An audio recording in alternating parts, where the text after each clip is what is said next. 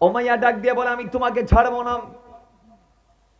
এ বেলাল, তুমি যদি আল্লাহ রাসূলকে বলে না যাও, আমাদের ধর্মে যদি ফেরত না আসুক, আমি তোমাকে এমন আঘাত করবো যেটা তুমি কল্পনা করো নাই। সুতরাং যেমন চাই করে আমি দিন ছাড়তে পারবো না। তো তারা যেমন চাই করেছে, কেমন করেছে, বেলালকে তাকে চিৎ করে শুইয়েছে, পিঠ আর তার সিনায় পাকের উপরে বিরাট পাথর তুলে দিয়েছে, ওপরে জালেমরা দাঁড়িয়ে ভর দিয়েছে, প্রেসার ক্রিয়েট করেছে, তার দম বন্ধ হয়ে গেছে। তিনি এমনও চিৎকার মেরেছে সেদিন সওয়াত থেকে, ইয়া আল্লাহ, ইয়া আল্লাহ, ইয়া আল্লাহ। আরেক বর্ণনার মধ্যে আসছে, কয় বেলাল সেদিন তার সেনার ওপর যখন পাথর দিয়ে ওপর দিক থেকে জালেমরা দাঁড়িয়ে যখন প্রেসার দিচ্ছে, তখন সে বলছে, জালেমরা, তোমরা যেই আল্লাহকে এক বলে মানতে নারাজ, আজকের মৃত্যু সজ্জায়ও আমি বলবো আহাত আমার আল্লাহ। বেলাল ডাক দিয়ে বলে, আল্লাহর কসম, এ উমাইয়া, যে মালিক আমার জীবন দিয়েছে, সেই মালিকের জন্যই, ওনার হাবিবের প্রেমের জন্য আমি বেলাল জীবন একবার নয়, দুইবার নয়, 1000 বার দিব। তোমার যেমন চাই তুমি করো, আমি তো আগে বলেছি। উমাইয়া ডাক দিয়ে বলে, আমার চাবুকটা বের কর। তার ঘরের থেকে, তার গোপন আস্তানার থেকে, ওই কাঠের বাক্সের ভিতর থেকে চাবুকটা বের করলেন। চাবুকটা বের করে হযরত বেলালের গায়ের মধ্যে এবার মারছেন কিভাবে জানেননি? কয় বেলাল উমাইয়ার ঘরের ভিতরে পিলারের সাথে দু হাতকে বেঁধে ফেললেন, দু হাত কানা বন্ধ করলেন, দুটা পা বেঁধে ফেললেন। এবার তার পুরো শরীরটা উলঙ্গ অবস্থায় আছে। চাবুক দিয়ে এবার উমাইয়া এক পাশ থেকে মারছেন। চাবুকের রশিটা যখন বেলালের গায়ে গিয়ে লাগে, আল্লাহর কসম, বেলাল নিজে বলেছেন, চাবুকের আঘাত প্রত্যেকটা যখন আমার গায়ের মধ্যে লেগেছে, আমি বেলাল দেখেছি আমার গা ছেদ করে, ভেদ করে, ফেল করে আমার শরীরের রক্তগুলা জমিনের মধ্যে পড়েছে। আল্লাহর কসম, প্রত্যেকটা আঘাতে আমি বেলাল জ্ঞান হারিয়েছি। এরপর আমি নবীর কদমটা ছাড়ি নাই।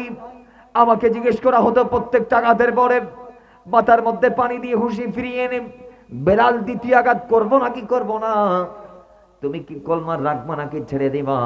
আমি তখন বলতাম, আল্লাহর কসম, আমি আমার জীবন দেব, তারপর আমার রাসূলকে আমি বলতে পারবো না, দিন ইসলাম থেকে বিন্দু মাত্র ভালো মাত্র আমি ছড়তে পারবো না। জোরে বলেন সুবহানাল্লাহ। আসুন, নবীর প্রেম, আল্লাহর রাসূল সাল্লাল্লাহু আলাইহি ওয়াসাল্লাম দুনিয়াতে এসে যেই নবী আমাদেরকে পাক করলেন, জমিনকে পাক করলেন, জাহেলিয়াতের ঘোরকে দূর করলেন। আল্লাহর কোরআন বলছে, ও জমিনবাসী, তোমরা ওই রাসূলকে মুহাব্বত করো। জোরে বলেন সুবহানাল্লাহ। আর একটু জোরে বলেন। বাবার আমার, আল্লাহ কি বলছেন? সূরা তাওবা 24 নং আয়াত।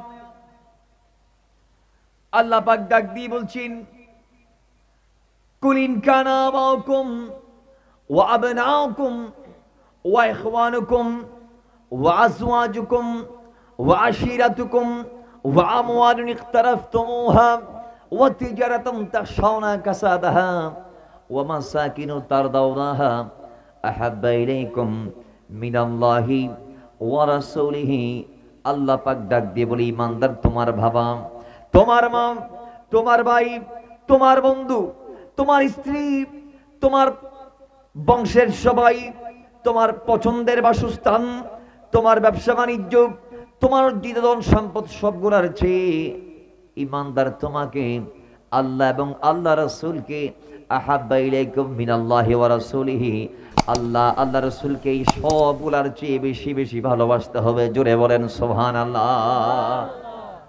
আমাদের দেশে একদল বক্তা মুফাসসির কোরআনের নাম দিয়ে কোরআনের তাফসীর করে, কয় আল্লাহর নবীর ভালোবাসার কোনো কথা কোরআনে নাই। তাহলে সূরা তাওবার 24 নং আয়াত কি কেটে ফেলে দিতে পারবেন নি? আল্লাহ ডাক দিয়ে বলে, কুল ইন কানা আবাউকুম, তোমার নিজের মা বাবার চেয়ে বেশি, ওয়া আবনাউকুম, তোমার সন্তান সন্ততির চেয়ে বেশি, ওয়া ইখওয়ানুকুম, তোমার ভাইদের চেয়ে বেশি, ওয়া আজওয়াজুকুম, তোমার স্ত্রীদের চেয়ে বেশি, ওয়া আশিরাতুকুম, তোমার বংশের চেয়ে বেশি, ওয়া আমওয়ালুন ইকতারাফতুমুহা, তোমার অর্জিত ধন সম্পদের চেয়ে বেশি, ওয়া তিজারাতুন তাখশাউনা কাসাদাহা, তোমার ওই ব্যবসার চেয়ে বেশি যে ব্যবসার ব্যাপারে তুমি সন্দেহ পোষণ করো, আল্লাহ আমাকে কখন জানি লস দিয়ে দেয়, কখন যেন আমি ধ্বংস হয়ে যাই। আমি কি ব্যবসা নিয়ে টিকে থাকতে পারবো না কি পারবো না? আমি কি পারবো না কি পারবো না? কয় আল্লাহ সুবহানাহু ওয়া তাআলা ডাক দিয়ে বলে, ওই ব্যবসার চেয়ে বেশি, শুধু তা নয়, ওয়া মাসাকিনু তারদাউনাহা, তোমার ওই পছন্দের বাসস্থানের চেয়ে বেশি, যেই পছন্দের বাসস্থানকে আরামদায়ক করে তুমি সাজিয়েছো, অত্যন্ত দামি দামি মূল্যবান ফার্নিচার গুলা যেখানে তুমি রেখে দিয়েছো, আল্লাহর কোরআন ডাক দিয়ে বলে ওই বাসস্থানের চেয়ে বেশি আহাব্বা ইলাইকুম মিনাল্লাহি ওয়া রাসূলিহি, আল্লাহ আল্লাহ রাসূলকে বেশি ভালোবাসতে হবে। জোরে বলেন সুবহানাল্লাহ। এই সবগুলার চেয়ে আল্লাহ রাসূলকে বেশি ভালোবাসতে হবে। এটার প্রমাণ সাহাবায়ে কেরাম দিয়েছে। সুবহানাল্লাহ জোরে বলবেন। কেমন দিয়েছি বাবারা আমার? আল্লাহ পাক ডাক দিয়ে বলে, কুল ইন কানা আবাকুম, বাবার চেয়ে বেশি। সিদ্দিক আকবরের সন্তান হযরত আব্দুর রহমান তিনি ডাক দিয়ে বলে, আব্বাজান, ইসলামে আসার পরে তিনি ডাক দিয়ে বলছেন, আব্বাজান, আল্লাহর নবীর বিরুদ্ধে আমি বদরের ময়দানে কাফিরদের পক্ষে হয়ে যুদ্ধ করতে গিয়েছিলাম। আব্বাজান, আমি অসংখ্যবার আমার তরবারির নাগালে আমি আপনি আব্বাকে পেয়েছিলাম।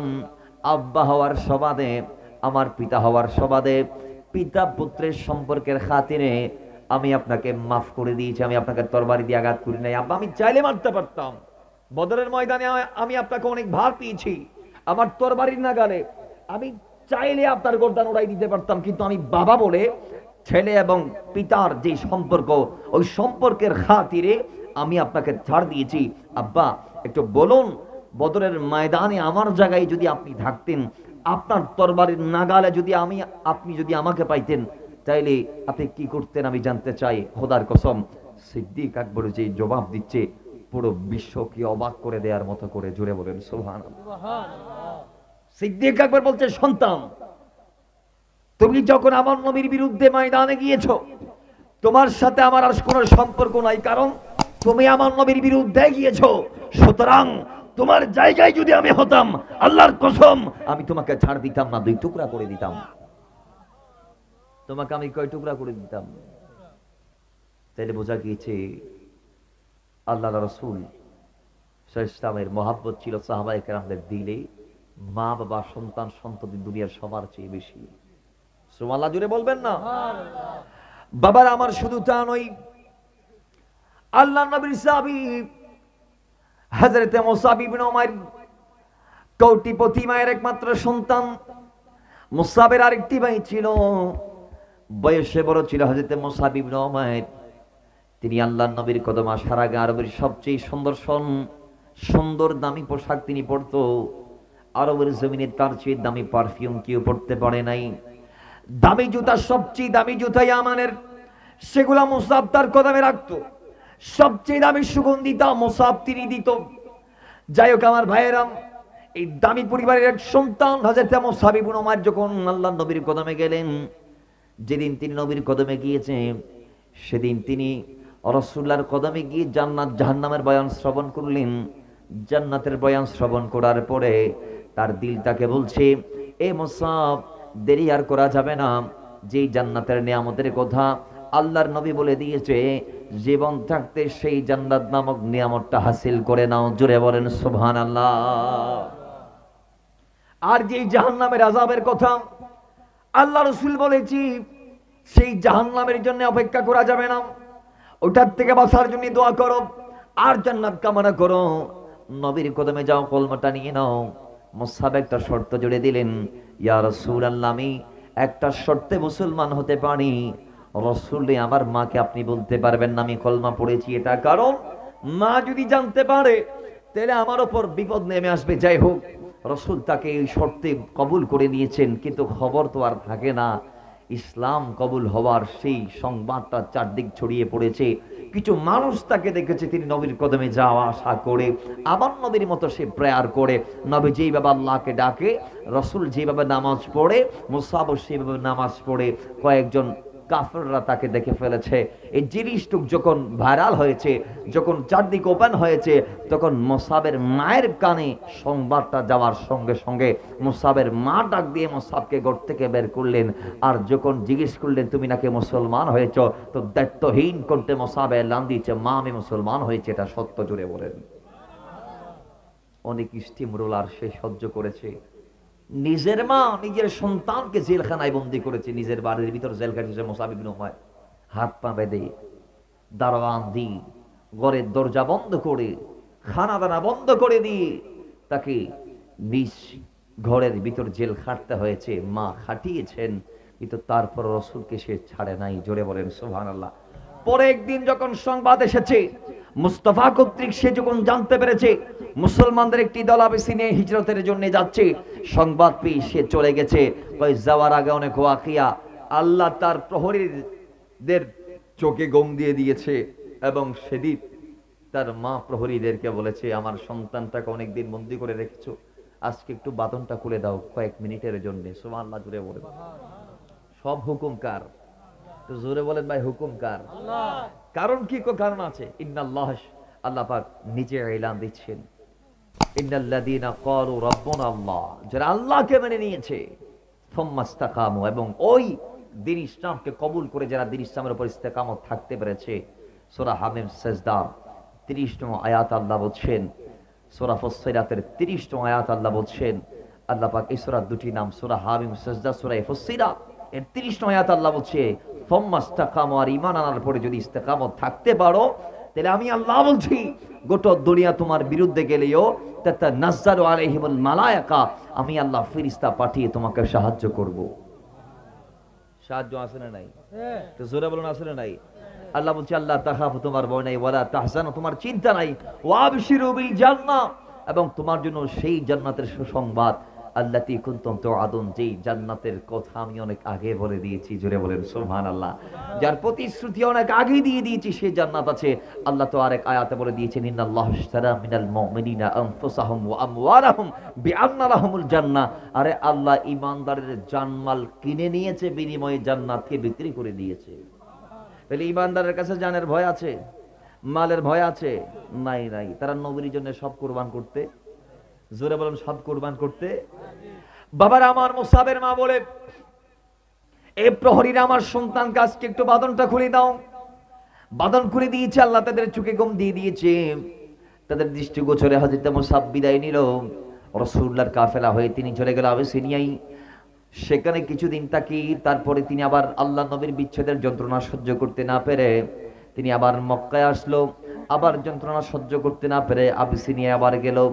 পরবর্তীতে যখন চলে এসেছে, এবার তার মা আবার তাকে পাকড়াও করার জন্য লোকজন নিয়ে একেবারে চারদিক থেকে ঘেরাও করে ফেলেছে। মুসাবকে দেখে মাত্র লোকজন যখন হামলা করতে যায়, মাও আছি, মা বলে আমার সন্তানকে বন্দী কর। এবার মুসাবার চারে নাই, মুসাবের জবান আল্লাহ বড় করে দিয়েছে। মুসাব এবার দায়িত্বহীন কণ্ঠে এলান দিয়ে বলে, আম্মা জান, অনেকদিন আমি সহ্য করেছি, আল্লাহ নবীর বিরুদ্ধে কথা বলেছ, আমি অনেকদিন সহ্য করেছি, আজকার সহ্য করব না। আল্লাহর এই জমিনে আমি মুসাবের সামনে কোন যে আসবে তার গর্দানটা আমি শরীর থেকে আলাদা করে দিব রাসূলের জন্য। জোরে বলেন সুবহানাল্লাহ। সে আমার মা নাকি বাবা না চাচা না ভাই, এরকম দেখবো আমি দুই টুকরা করে দিব। খোদার কসম আর কেউ যায় নাই, কারণ দেখে মুসাবের ঈমানটা মুকাম্মাল হয়েছে। এখন দুনিয়ার তার সামনে দুনিয়া মনে হয় না, এখন সে নবীর জন্য জীবন দিতেও রাজি আছে, জীবন নিতেও রাজি আছে। সুবহানাল্লাহ, জুড়ে বলেন ভাই, আরো জুড়ে বলেন।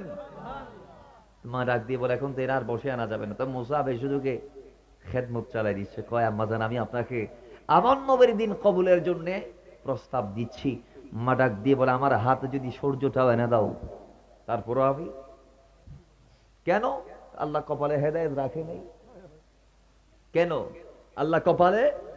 আজকে যারা ওলি আল্লাহরে ছিল না, আল্লাহ তোমাদের কপালে ওলি আল্লাহ ছিলার সেই নূর রাখে নাই। কথা ঠিক কিনা?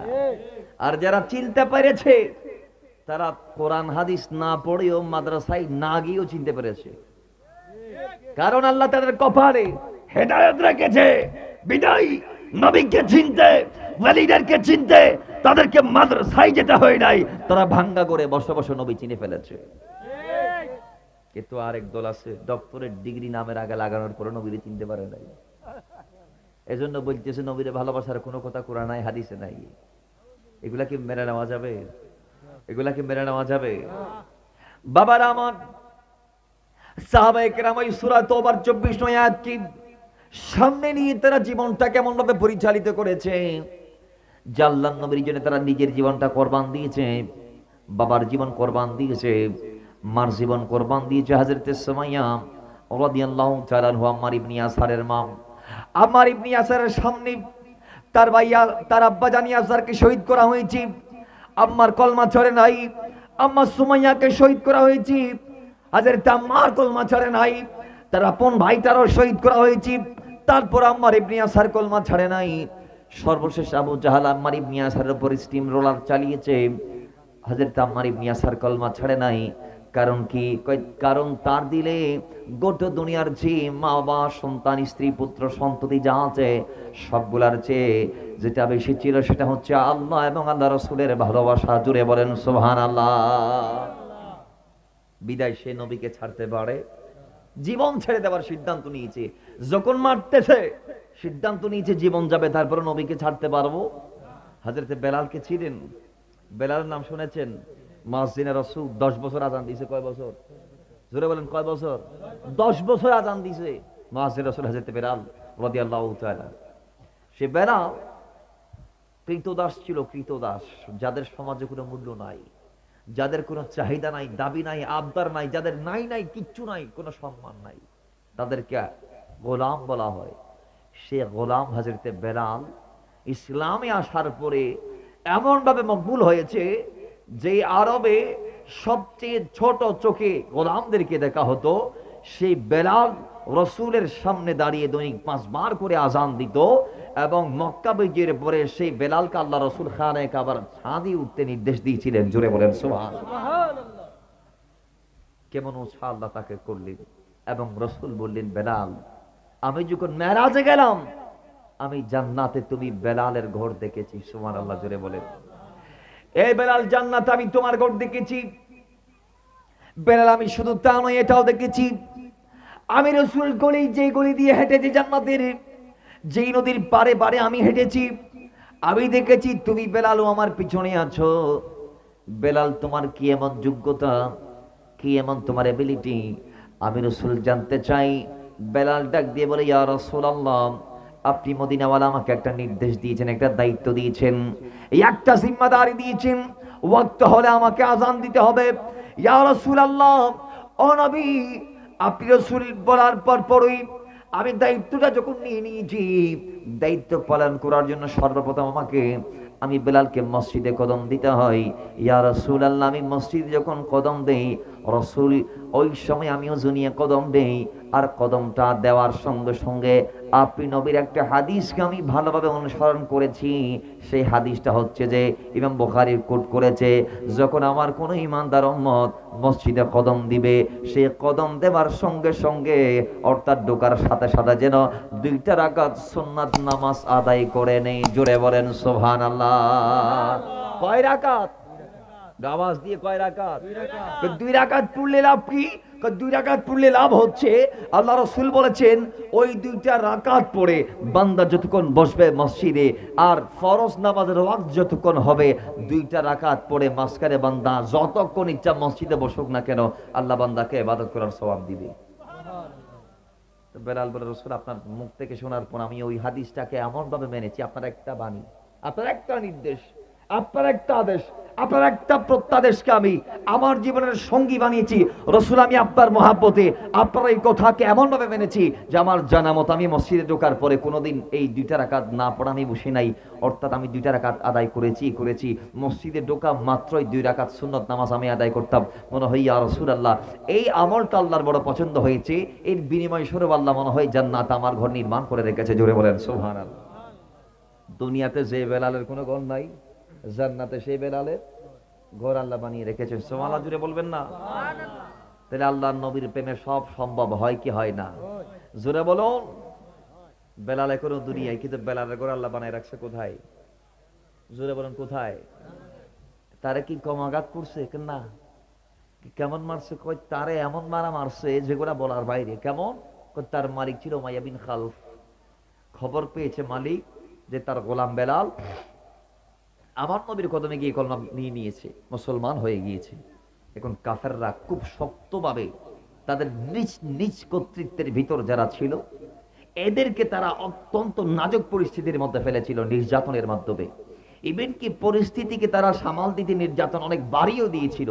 যেমন হযরত বেলালকে প্রথমে বলেছে, বেলাল আমি সংবাদ পেয়েছি এরা সবাই বলছে তুমি নাকি মুসলমান হয়ে গিয়েছো। হ্যাঁ, কারণ আসিদকু ইউনজি ওয়াল কিযবু ইউহলিক, সত্য মুক্তি দেয়, মিথ্যা কি করে ধ্বংস করে।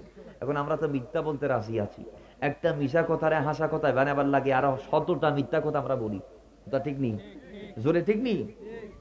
কিন্তু সত্যটা আমরা বলি না, সত্যটা বলি না। কিন্তু বেলাল বলছে দিন কায়েমের প্রশ্নে আমার মিথ্যা কিসের, দিনের স্লোগানের পক্ষে আমি কেন ভয় করব, আমি নির্ভয়ে বলবো আমি মুসলমান। জোরে বলেন সুবহানাল্লাহ।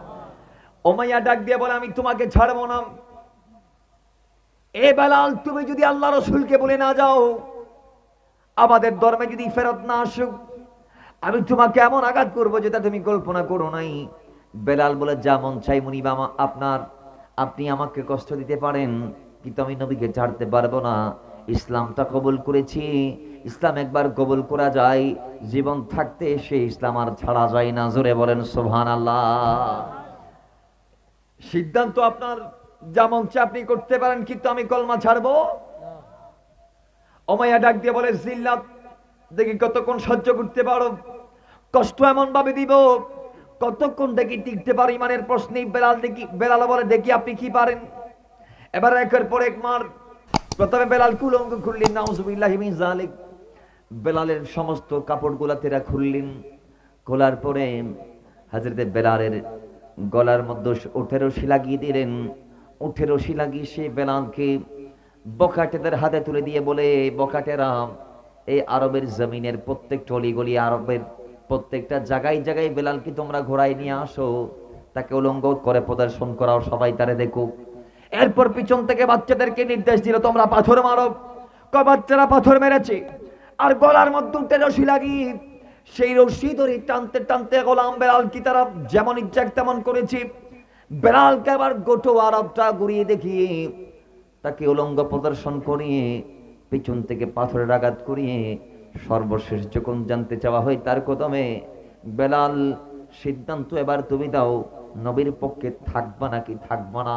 বেলাল ডাক দিয়ে বলে জীবনটা যাবে, 1000 বার যদি আল্লাহ জীবন দেই, এই 1000 বার আমি আমার জীবনটা নবীর কদমে দেওয়াটা পছন্দনীয় করলাম। জোরে বলেন সুবহানাল্লাহ।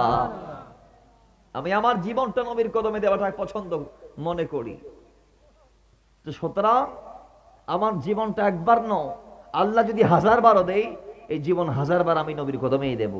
সুতরাং যেমন চাই করে আমি দিন ছাড়তে পারবো না। তো তারা যেমন চাই করেছে, কেমন করেছে, বেলালকে তাকে চিৎ করে শুইয়েছে, পিঠ আর তার সিনায় পাকের উপরে বিরাট পাথর তুলে দিয়েছে, ওপরে জালেমরা দাঁড়িয়ে ভর দিয়েছে, প্রেসার ক্রিয়েট করেছে, তার দম বন্ধ হয়ে গেছে। তিনি এমনও চিৎকার মেরেছে সেদিন সওয়াত থেকে, ইয়া আল্লাহ ইয়া আল্লাহ ইয়া আল্লাহ। আরেক বর্ণনার মধ্যে আসছে, কয় বেলাল সেদিন তার সেনার ওপর যখন পাথর দিয়ে ওপর দিক থেকে জালেমরা দাঁড়িয়ে যখন প্রেসার দিচ্ছে, তখন সে বলছে, জালেমরা তোমরা যেই আল্লাহকে এক বলে মানতে নারাজ, আজকের মৃত্যু সজ্জায়ও আমি বলবো আহাত আমার আল্লাহ এক। জোরে বলেন সুবহানাল্লাহ। আমার আল্লাহ। কিছু বর্ণনার মধ্যে আসছে, কয় বেলাল সেদিন বলেছে ইয়া আহমদ, ইয়া আহমদ বলে আমার নবীর নাম। সুবহানাল্লাহ, জুড়ে বলবেন না? যাই হোক ভাইরা আমার, সারাদিন তারা মন ভরে কষ্ট দিয়েছি। সন্ধ্যা যখন হলো, বেলালকে জিজ্ঞেস করা হলো, এই বেলাল রাত হয়েছে, তোমার কোন মুসলমান ভাই তোমারে বাঁচাইতে আসে নাই?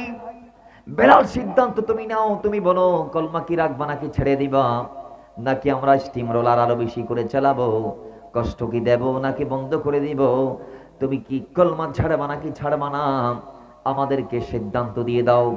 বেলাল ডাক দিয়ে বলে, আল্লাহর কসম, এই উমাইয়া, যে মালিক আমার জীবন দিয়েছে, সেই মালিকের জন্য, ওনার হাবিবের প্রেমের জন্য আমি বেলাল জীবন একবার নয়, জীবন নয়, 1000 বার দিব, তোমার যেমন চাই তুমি করো। আমি তো আগে বলেছি। উমাইয়া ডাক দিয়ে বলে, আমার চাবুকটা বের কর। তার ঘরের থেকে, তার গোপন আস্তানার থেকে, ওই কাঠের বাক্সের ভিতর থেকে চাবুকটা বের করলেন। চাবুকটা বের করে হযরত বেলালের গায়ের মধ্যে এবার মারছেন কিভাবে জানেননি? ওই বেলাল উমাইয়ার ঘরের ভিতরে পিলারের সাথে 2 হাতকে বেঁধে ফেললেন, 2 হাত কারা বন্ধ করলেন, 2টা পা বেঁধে ফেললেন। এবার তার পুরো শরীরটা উলঙ্গ অবস্থায় আছে। চাবুক দিয়ে এবার উমাইয়া এক পাশ থেকে মারছেন।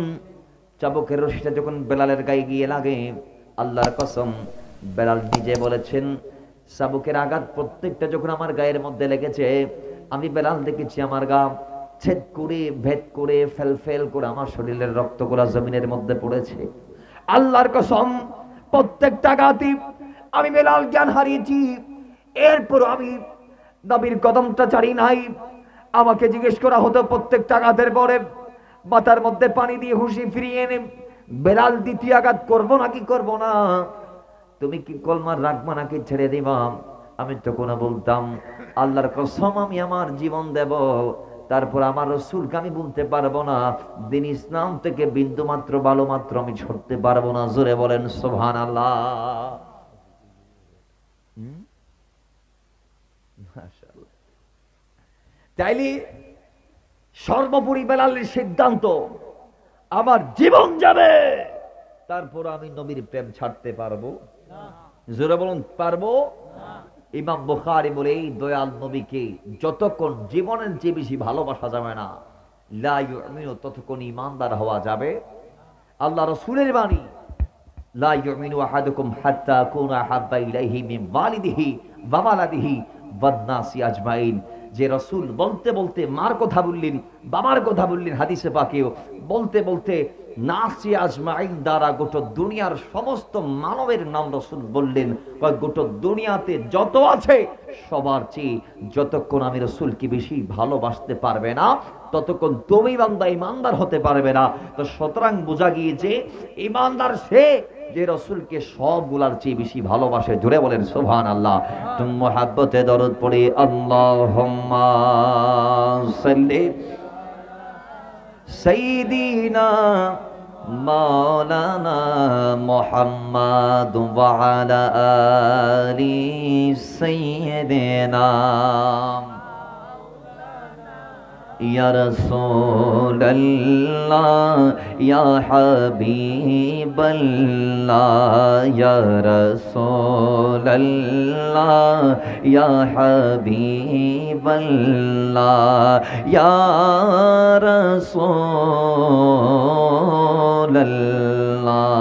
জোরে ইয়া রাসূলাল্লাহ ইয়া হাবিবাল্লাহ। তুমি জীবন, তুমি মরণ, আধার গরে তুমি আপন, তুমি জীবন, তুমি মরণ, আধার গরে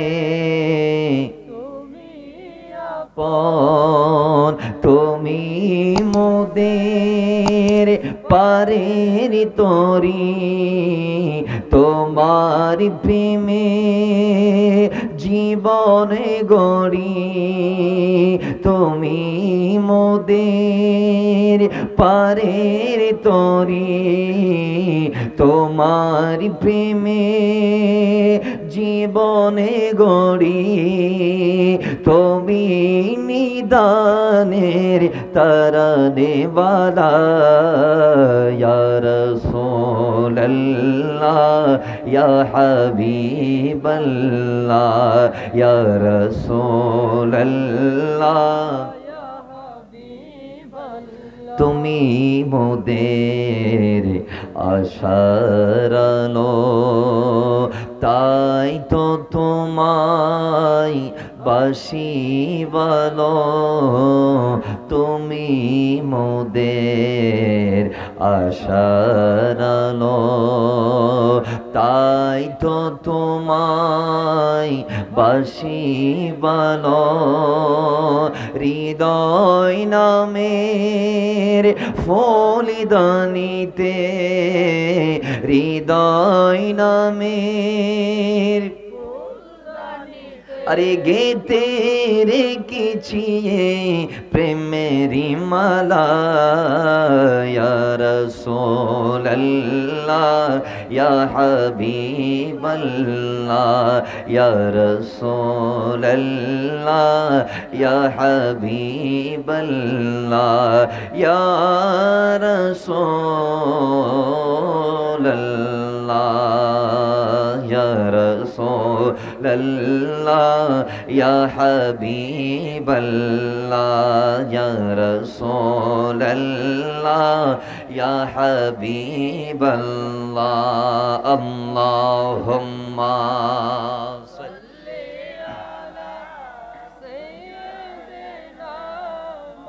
مولانا محمد وعلى آل سيدنا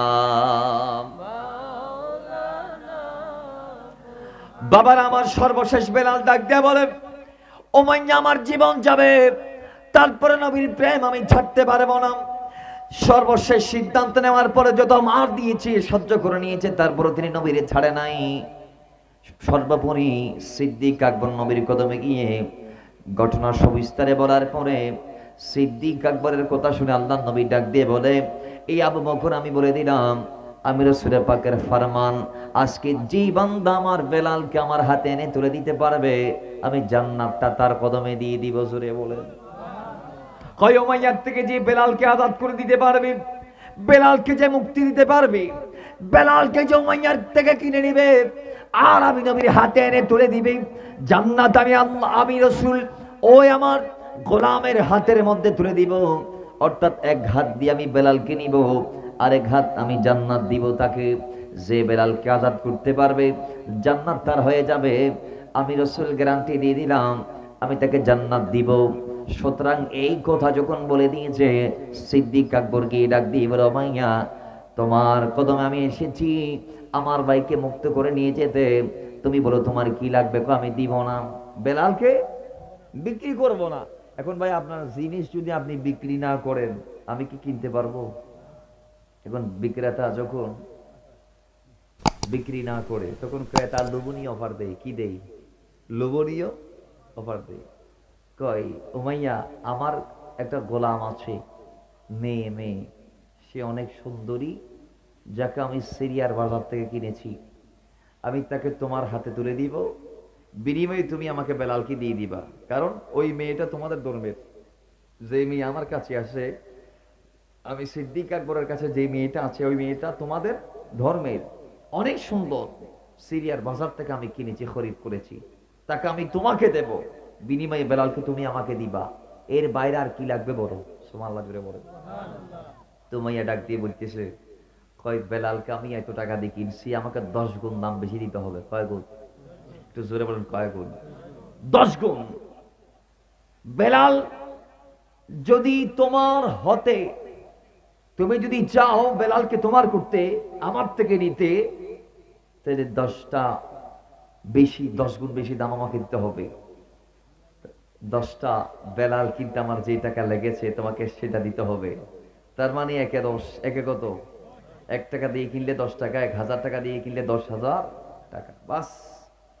বেলাল বলে আমিও এগ্রি, আমার যে নিবে নাকি আমি তার দূরে চলে যাবো, আমি আর এই জালেমের কাছে থাকতে চাই না। তখন সিদ্দিক আকবর বলে আমি দিলাম, ধরো এখানে 10 গুণ দাম বেশি, তুমি এতদিন নিছো, এখানে 10 গুণ দাম বেশি নিচ্ছি। বেলালকে হাতে নেওয়ার পর বলতেছে, বেলাল এখন আমার, বেলাল এখন আমার। শোনো মাইয়া, আমি নবীর কদমে ওয়াদা দিয়ে এসেছি, নবী যখন বলেছে বেলালকে যেই ব্যক্তি আমার হাতে তুলে দিবে জান্নাত আমি তার হাতে দিয়ে দিব। এই উমাইয়া শোনো, নবীকে ওয়াদা দিয়ে এসেছি, ইয়া রাসূলুল্লাহ আমি যদি আমার সমস্ত সম্পদ দিয়ে বেলালকে আজাদ করতে না পারি তাহলে আমি নিজে গোলাম হয়ে যাব, তারপর বিনিময়ে বেলালকে আমি আপনি নবীর হাতে তুলে দিব। নবীর কদমে ওয়াদা দিয়ে এসেছি, সেই ওয়াদা পূর্ণ করতে আজকে যদি আমি বেলালের, আমি সিদ্দিক আকবরের সমস্ত সম্পদ তোমাকে দিতে হতো আমি দিয়ে দিতাম। যদি আমাকে গোলাম হতে হতো আমি হয়ে যেতাম, তারপরে বেলালকে নবীর কদমে পাঠাই দিতাম। কারণ নবী বলেছে এক হাতে বেলালকে দিবি, আমি আরেক হাত দিয়ে জান্নাত তাকে দিব। সুবহানাল্লাহ জুড়ে বলেন।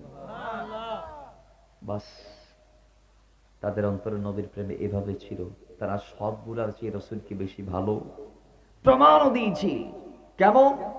সাহাবায়ে কেরাম যখন খবর পেয়েছে আল্লাহ নবী মক্কা ছেড়ে মদিনায় হিজরত করেছে, সাহাবায়ে কেরামের ঘর ছিল মক্কায়, বাড়ি ছিল মক্কায়, পছন্দের স্ত্রী ছিল মক্কায়, তাদের সন্তানাদি ছিল মক্কায়, তাদের ব্যবসা বাণিজ্য স্থাবর সমস্ত সম্পদ ছিল মক্কায়। কিন্তু নবী যখন মদিনায় চলে গেছে, নবীর হিজরতের সংবাদটা শুনে ওয়াল্লাহি তারা মাকে ফেলে, বাবাকে ফেলে, স্ত্রীকে ফেলে, নিজের কলিজার টুকরা সন্তানের মায়া ত্যাগ করে ব্যবসাকে শেষ করে দিয়ে, বাড়িকে ফেলে দিয়ে, স্থাবর সমস্ত সম্পদ মক্কায় রেখে তারা নবীর জন্য মদিনায় হিজরত করেছে।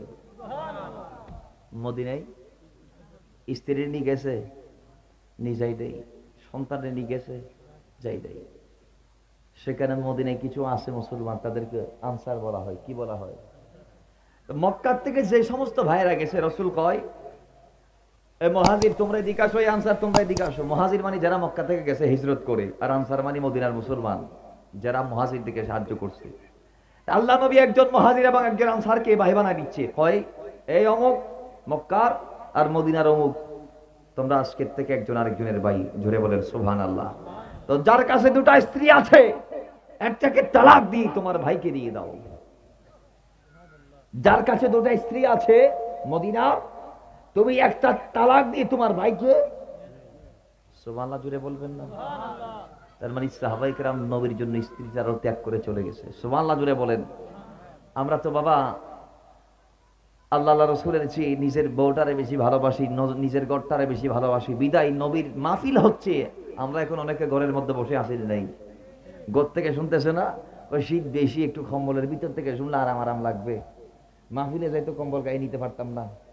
এই জন্যে ঘরে কম্বল জাফাই আপনার দ্বারা ইসলামের খেদমত হবে না। বিদায় আল্লাহ আপনাকে এই যুগে পাঠাইছে, এবং এখন আপনি কম্বলের ভিতরে আছেন।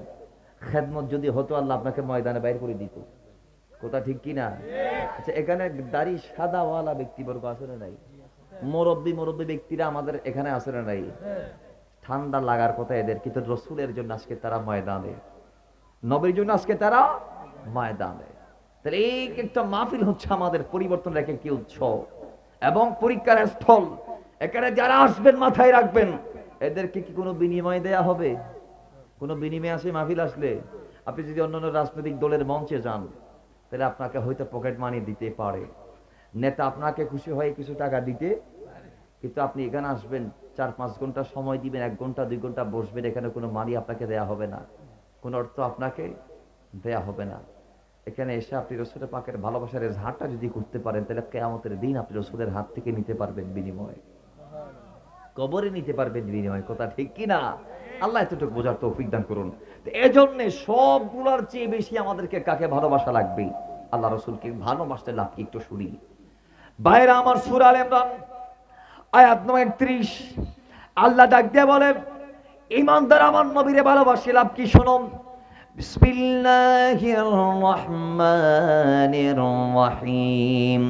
কুল ইন কুনতুম তুহিব্বুনাল্লাহা ফাত্তাবিউনি ইউহিব্বুকুমুল্লাহ ওয়া ইয়াগফির লাকুম যুনুবাকুম ওয়াল্লাহু গফুরুর রহিম। জোরে বলেন আল্লাহু আকবার।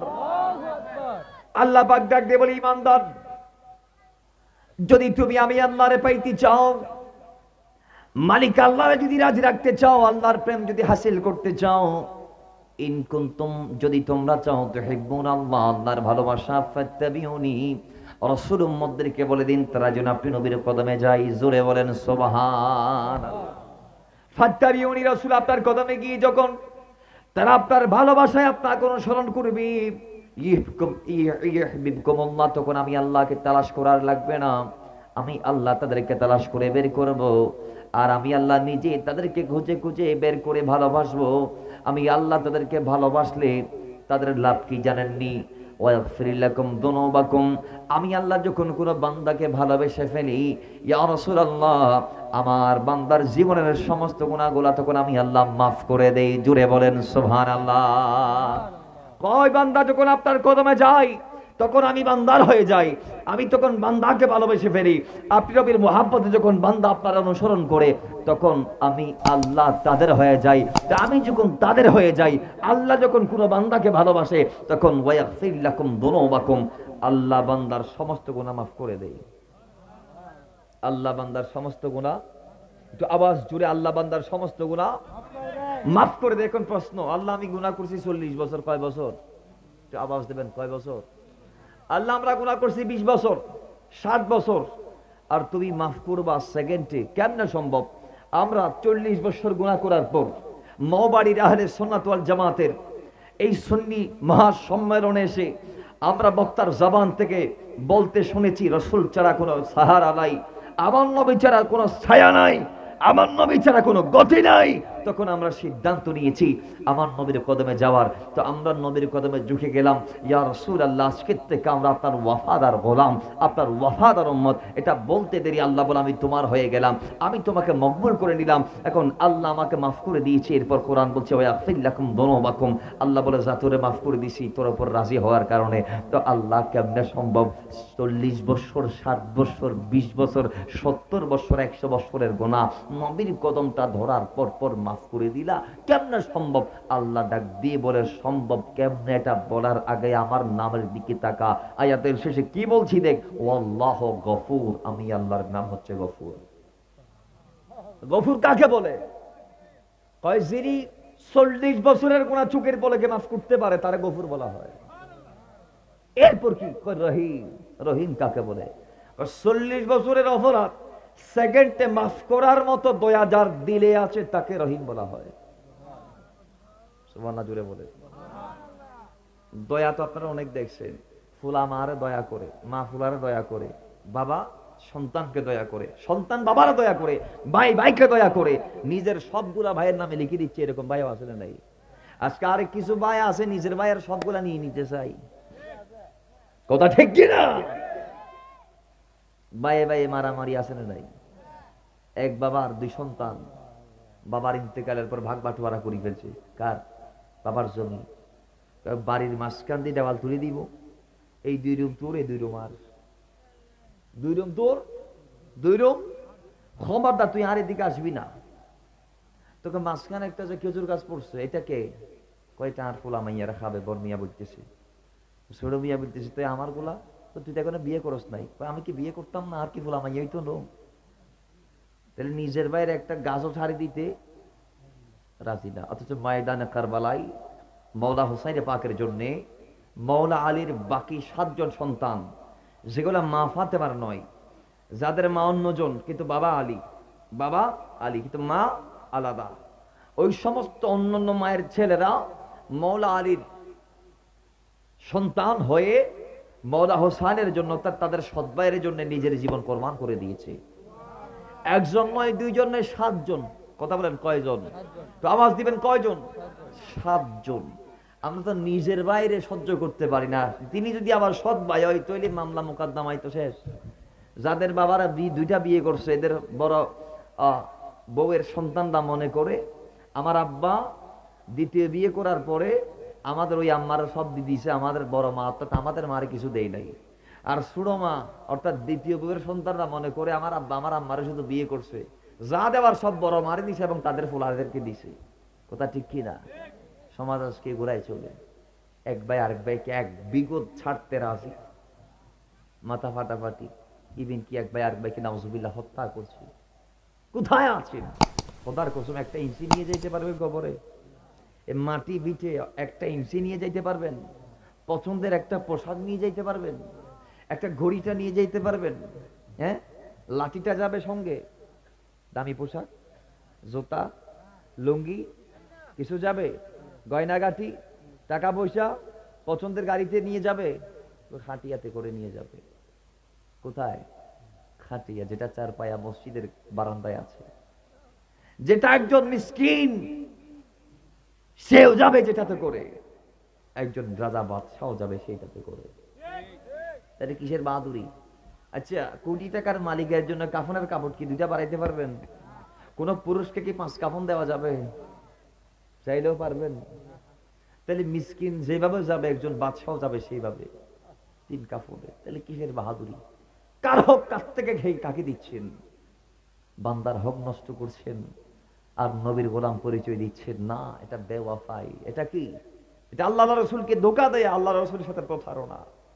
আল্লাহ বলেছেন কোরআনে যে আমার হক আমি চাইলে মাফ করতে পারি, যদি বান্দা তওবা করতে পারে খালিস নিয়তে, ওয়াতুবু ইলাল্লাহি জামিয়া, যদি তওবা করতে পারে তাহলে আশা করা যায় আমি কি করব, মাফ করব। এখন আরেকজনের হক খাই আপনি তওবা করতেছেন, আল্লাহ মাফ করবে না? কেন? বান্দার হক, যার হক তার থেকে মাফ চাও, সে মাফ করলে আমি মাফ করব। এজন্য আমাদেরকে সতর্ক থাকতে হবে, সর্বোচ্চ সতর্ক, যে আমাদের মন চাইলো আমরা খাই নিলাম, আমাদের মন চেয়েছে আমরা পেয়েছি সুযোগ, বাস যেমন চাই তা করেছি। পরিবার, আমি বড় সন্তান, তা আমার আব্বা মৃত্যুর সময় আমার দুটো ছোট ছোট ভাই ছিল, ছোট ছোট, আমি তাদেরকে সম্পদ কম দিছি, আমি বড় বিদায় বেশি নিলাম। খোদার কসম, আল্লাহর আদালতে একদিন জবাব দিই, তার কাঠগড়ায় দাঁড়াতে হবে কি হবে না? এমন কিছু ঘর আছে যাদের ঘরে ছোট্ট ছেলেরা পড়ালেখা করছে, বড় ছেলেরা মূর্খ, পড়ে নাই, সে নিজে খাটনি করে চাকরি করে ছোট বাইরে পড়াইছে। তুই যে বড় তর হই, আব্বার থেকে ভুলাই বেলাই স্টাম্প টেস্টাম্প সব নিমিশে সব সম্পত্তিদের নামে করে দিছে। আব্বার ইন্তেকালের পর ছোট মিয়া বলতেছে বড় ভাই ঘরেতে বাইরো, তো কি আর বাপের গড়ায় কোনায় যাবো, কয় এটা তো আব্বা তো আর নামে লিখে দিছে। আব্বা কার নামে লিখে দিয়েছে? ছোট মিয়ার নামে। এরকম আসলে নাই? এগুলা খাইলে আল্লাহ কি মাফ করবে? বাবারা আমার, এই জন্য দয়াল নবীর ভালোবাসা থাকলে আমাদের দিলি এগুলা করা যাবে না। আল্লাহ পাক ডাক দিয়ে বলে, বান্দা দুনিয়ার জমিনবাসী তোমরা শুনে নাও, নবীর তাবন যদি করো, আল্লাহ নবীর মহাব্বতে, নবীর ভালোবাসায় নবীকে অনুসরণ যদি করতে পারো, আমি আল্লাহ তোমাদেরকে গ্যারান্টি দিলাম, আমি আল্লাহ তোমাদেরকে মকবুল করে নিব। আয়াতটা আল্লাহ দিলেন কেন? নবীর ভালোবাসার কথা, নবীর তাজিমের কথা, নবীর ইনকিয়াদের কথা, নবীর তাবনের কথা আল্লাহ বললেন কেন? কয় মদিনার মধ্যে একদল মুনাফিক ছিল, যারা বাইরে বসে বলছে আমরা মুহাম্মদকে ধোঁকা দিচ্ছি। এটার কারণ আছে। কারণ কি জানো? নি একজন আরেকজনকে বলে, ওই মুহাম্মদ আমাদেরকে, উনি একজন মেসেঞ্জার, ওনার দায়িত্ব জাস্ট ওনার কদমে জিবরাইল আসে কোরআন দেই, তিনি আমাদেরকে জানান দেই, জানিয়ে দিই আল্লাহর বিধানগুলা, এতটুকু ওনার দায়িত্ব, এর বাইরে ওনার আর কোনো দায়িত্ব নাই। বিদায় আমরা তারে ধোঁকা দিচ্ছি, আমরা তার কদমের অনুসরণ করি না, আমরা তো অনুসরণ করি আল্লাহর। আমাদের মালিক আল্লাহ, আমাদের খালিক আল্লাহ, আমাদের রাজ্জাক আল্লাহ, ফাত্তাহ আল্লাহ, সামি আল্লাহ, আলিম আল্লাহ, বাসির আল্লাহ। আমরা ইবাদত করি আল্লাহর জন্য, রিয়াজত করি আল্লাহর জন্য, কোরআন আল্লাহর, সব আল্লাহর। বিদায় আমরা আল্লাহকে মানবো, মুহাম্মদকে নয়। জোরে বলেন নাউজুবিল্লাহ। বলতেছে কারা? মুনাফিকরা। কারা বলতেছে?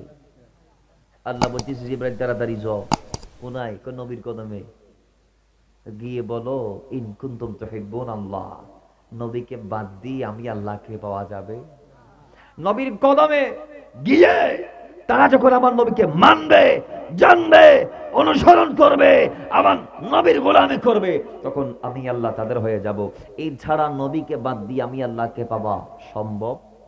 জোরে বলুন সম্ভব? তাইলে আমাদের সমাজে যারা আছে ডাইরেক্ট পার্টি, কি পার্টি? এদের ডাইরেক্ট আল্লাহরা পাইতে চাই, নবীর মানে না। নবীর এদের দরকার, এরা উসিলার বিরুদ্ধে। এরা কি এর বিরুদ্ধে? উসিলা টুসিলা গুলা কি আবার? উসিলার কি দরকার? আল্লাহর কোরআন বলছে ওসিলা ছাড়া আমি আল্লাহকে পাওয়া যাবে না। আরে বাজান, জিবরাইল একটা ওসিলা, নবী রাসূল একটা ওসিলা, আসমানি কিতাব এক একটা ওসিলা, দ্বীন ইসলাম, অন্যান্য ধর্ম যেগুলা ইসলাম আসার আগে বিভিন্ন নবীদের কদমে আল্লাহ দিয়েছে, প্রত্যেকটা ধর্ম এক একটা ওসিলা। জুড়ে বলেন সুবহানাল্লাহ। আল্লাহ ইসলাম দিয়ে আমাদেরকে ওসিলা করে দিয়েছে, যাতে আমরা ইসলামের এই সুশীতল ছায়াতলে নিজেকে আবদ্ধ করে আমরা যাতে জান্নাতটা পাইতে পারি। ইসলাম আমাদেরকে জান্নাত দেওয়ার একটা ওসিলা, কথা ঠিক কিনা? ইসলাম আমাদেরকে আল্লাহর পথে পরিচালিত করার একটা মাধ্যম, একটা ওসিলা। ইসলাম যদি আল্লাহ না দিত, আমরা পাইতাম? তাহলে আল্লাহ ইসলাম দিয়ে আমাদেরকে পাকার সাফ করছে। বিশেষ করে আল্লাহ রসুল ওসিলা, ওলি আল্লাহর ওসিলা, সাহাবায়ে কেরাম ওসিলা, তাবিঈনরা ওসিলা, তারপরে তাবিঈনরা ওসিলা, প্রত্যেকটা হাক্কানি রাব্বানি আলেমরা ওসিলা। জোরে বলেন না সুবহানাল্লাহ। কিন্তু আজকে একদল আছে ওসিলা মানে, তা আল্লাহ বলে ওসিলা মানে না মুনাফিকরা। ওসিলা মানে না কারা? তারা বলেছে আমরা নবীকে কেন মানবো, আমরা ডাইরেক্ট আল্লাহর। ভালোবাসতে হলে কাকে? আল্লাহকে। আল্লাহ বলে না, ভালো যদি বাসতে হয় নবীকে বাসো। সুবহানাল্লাহ, জুড়ে বলেন। আরে ভালো যদি বাসতে হয় নবীকে বাসো, ভালো যদি বাসিতে হয় নবীকে বাসো। বলো নবী তারানে বালা, নবী বাঁচানে বালা, নবী तराने वाला, नबी बचाने वाला। अरे जाনের চেয়ে বেশি ভালো নবীকে বাসন, ভালো যদি বাসতে হয় নবীকে বাসন, ভালো যদি বাসিতে হয় নবীকে বাসন। মৃত্যুর পর যখন আপনি রাখবে কবরে, বন্ধু বান্ধব যত সব যাবে সরে। ঠিক কিনা? আওয়াজ দিবেন ঠিক কিনা ভাই? আর এই মৃত্যুর পর যখন আপনি রাখবে কবরে, বন্ধু বান্ধব যত সবে যাবে সরে। আল্লাহর নবী তাশরীফ আনবেন আপনার কবরে। ইয়া রাসূলুল্লাহ বলে তাই টাকাকে ডাকুন, ভালো যদি বাসতে হয় নবীকে বাসন, ভালো যদি বাসতে হয় নবীকে বাসন। আল্লাহুম্মা সাল্লি মাওলানা মুহাম্মাদ ওয়া আলা আলি সাইয়্যিদিনা। আরে অগরবানা তুমি করেছো ঘোষণা পাক কোরআনে, তুমি রাজি হবে না তোমার হাবিবের ভালোবাসা বিনে। অগরবানা তুমি করেছো ঘোষণা পাক কোরআনে, তুমি রাজি হবে না তোমার হাবিবের ভালোবাসা বিনে। আমল করতে গিয়ে সেই সব আয়াত, আমল করতে গিয়ে সেই সব আয়াত সুন্নিদের উপরে এসেছি ও কাতরে, আঘাতের পরে আঘাত। নবীকে ভালোবাসি বলে সুন্নিদের বড় অপরাধ। নবীকে ভালোবাসি বলে সুন্নিদের বড় অপরাধ। আল্লাহুম্মা সাল্লি আলা সাইয়্যিদিনা মাওলানা মুহাম্মাদ ওয়া আলা আলি সাইয়্যিদিনা। মুসলমান বলুন, সেই দয়াল নবীর ভালোবাসায় যারা জীবন কুরবান করতে পেরেছে, দুনিয়ার জমিনে সর্বোৎকৃষ্ট দামি শ্রেষ্ঠ তারাই হয়েছে। কথা ঠিক কি না? আর ওই নবীর ভালোবাসাকে যারা বাদ দিয়েছে হালাক, তারা হয়েছে আবু জাহেলের নাম তো সবাই জানেন, চিনেন কি না? ইতের ঘর বর্তমানে টয়লেট, বর্তমান কি হাজি সাহেবরা যায় আরাম করতে ইতের ঘরে। কি করতে যায়? এবাদতের পর আরাম করতে, মানে ফাজুক ছাড়তে যায় তার ঘরে, তার বাড়ি বুঝি নাই ওই যাই হোক, বলতেছি ইতের বাড়িতে না গেলে হস।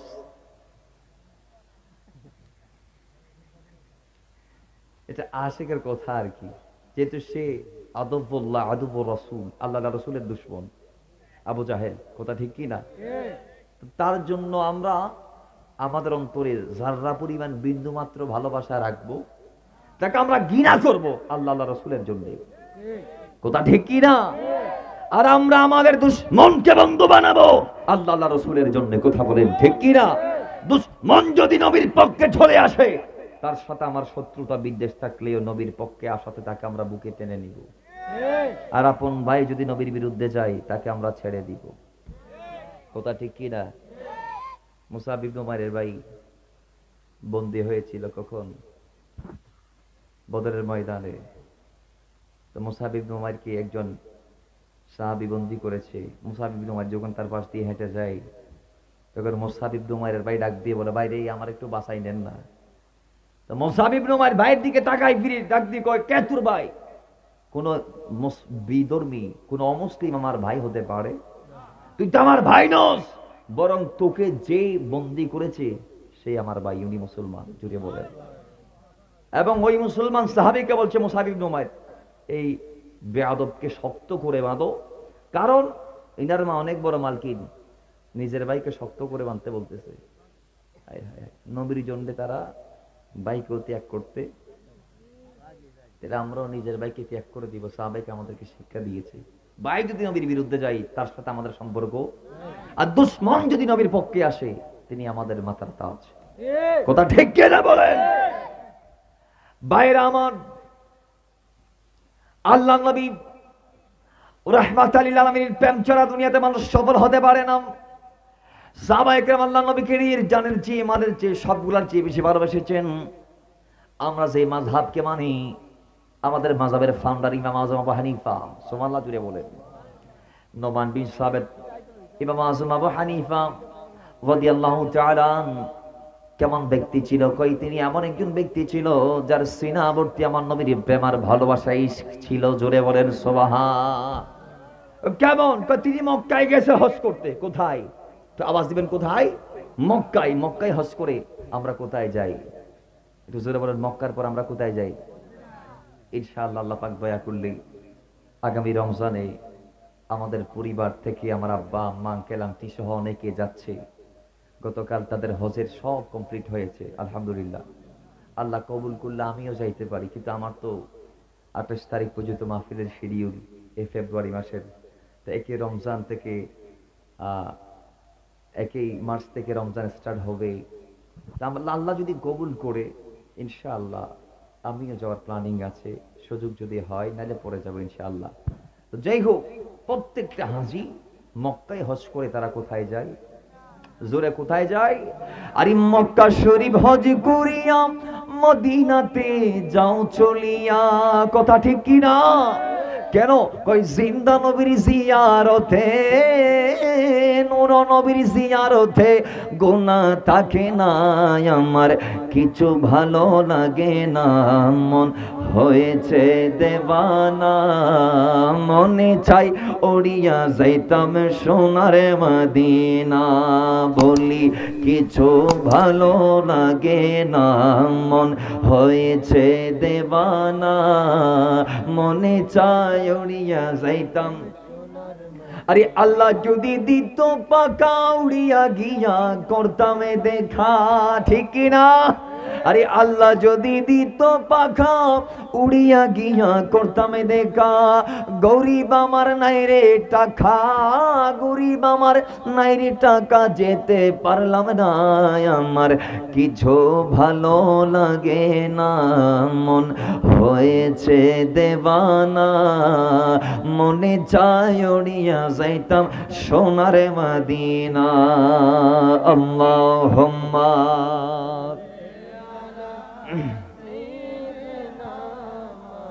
মাওলানা মুহাম্মদ ওয়া আলা আলি সাইয়্যিদিনা। তাহলে এখন ইমাম আজম যাচ্ছে কোথায়? মদিনায়। হজ করে মক্কা থেকে কোথায় যায়? মদিনায়। এখন সেই সময় মদিনায় ছিল ইমাম মালিক। ইমাম মালিক হাদিসে পাক অনেক বড় ইমাম, যিনি মুয়াত্তার লিখক। সুবহানাল্লাহ পড়বেন। বাবারা আমার, ইমাম আজম মদিনায় গেল, ইমাম মালিকের দিদার পাইল, একসাথে মদিনায় অনেক দিন থাকলো। নির্দিষ্ট সংখ্যক দিন গোজার করে ইমাম আজম ইমাম মালিকের কাছে গিয়ে ডাক দিয়ে বলি, ইমাম মালিক ভাই আমাকে বিদায় দাও, আমি মদিনা ছেড়ে চলে যাব কোথায়? আচ্ছা, ইমাম মালিক ডাক দিয়ে বলো, ইমাম আজম ও হানাফি মাযহাবের ফাউন্ডার, কেন মানুষ মদিনায় আসতে চায়, যাইতে চায় না, আপনি মদিনার থেকে চলে যাবেন কেন? আমি জানতে চাই। ইমাম আজম ডাক দিয়ে বলে, ভাইরে আমি মানুষ, আমি আর পারছি না, আমি আর পারতেছি না, কই কেন পারছেন না আমার একটু জানাই দিন। কই আজকে 10 দিন হয়েছে আমি পায়খানা প্রস্রাব করতে পারি নাই। জোরে বলেন সুবহান। কয়দিন? 10 দিন বলেন না কয়দিন? 10 দিন হয়ে গেছে আমি পায়খানা প্রস্রাব করি নাই। কেন করেন না আমারে বলেন। ভাই আমি যেদিন মদিনায় এসেছি সেদিন আমি মদিনায় আসার পরে আমার যখন হাজত আসছে, আমার যখন প্রয়োজন আসছে, তো প্রয়োজন স্বার্থে হাজতকে স্বার্থে আমি গেলাম মদিনার দূরে, অনেক দূরে। আমি যাইতে যাইতে অনেক দূর যাওয়ার পরে আমি প্রয়োজন স্বার্থে যখন মদিনার মাটির উপর বসে গেলাম, তখন মাটি আমার সাথে কথা বলছে। মদিনার মাটি আমাকে আওয়াজ দিচ্ছে, ও ইমাম আজম আবু হানিফা, যেই মদিনার মাটির নিচে রাহমাতুল লিল আলামিন জিন্দা যাইতো, ওই মাটির উপর তুমি কেমনে প্রস্রাব করবা? কই যে মদিনার প্রত্যেকটা অলিতে গলিতে মুস্তাফার কদম লেগেছে, তুমি সেখানে কেমনে প্রস্রাব করবা? তখন আমি আর করতে পারিনি, আরো অনেক দূরে গেছি। দ্বিতীয় দিন একই কথা মাটি আমার সাথে বলে। তৃতীয় দিন আরো দূরে গেছি, দেখি মাটি আমার সাথে কথা বলছে। ভাই আমি পারি নাই, আজকে 10টা দিন হয়ে গিয়েছে আমি শুধু পানি দিয়ে আমার আমার জিহ্বাটা ভিজিয়েছি, শুধু জাস্ট জিহ্বাটা ভিজিয়েছি, আর কোনো কাজ করি নাই।